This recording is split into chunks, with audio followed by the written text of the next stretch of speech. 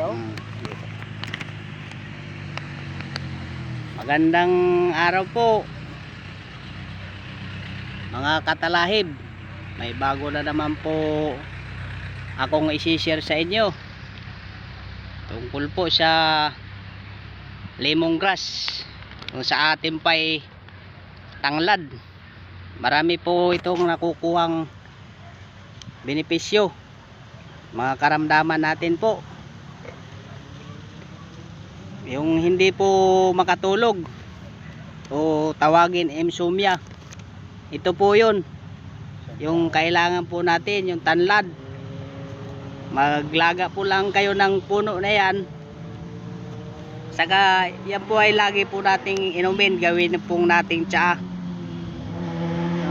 Kailangan ito maiwasan mo ang insomnia.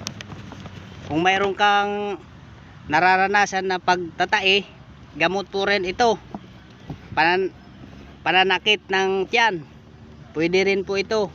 Lagain nyo lamang po ito, mga katalahib.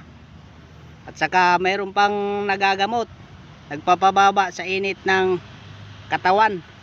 O kung mayroong mataas na lagnat, pinabababa po ito ang ating mainit na katawan o temperature. Magaling po rin itong lumunas sa sakit ng ulo at sa lunas sa pagsusuka.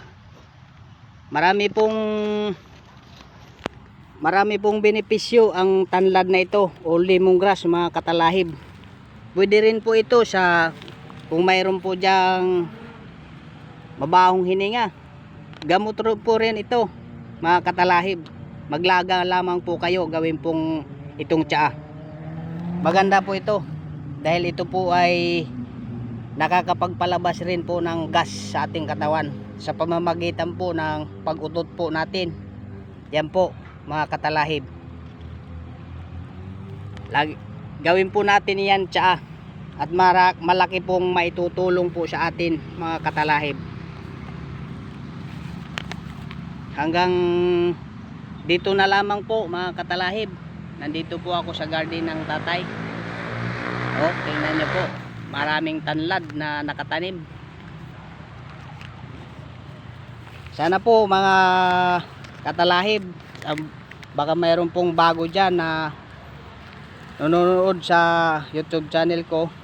Huwag po nyong kalimutan, patuloy nyo pong suportahan.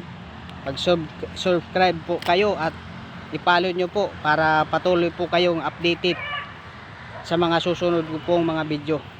Sige po, magandang hapon po, mga katalahib.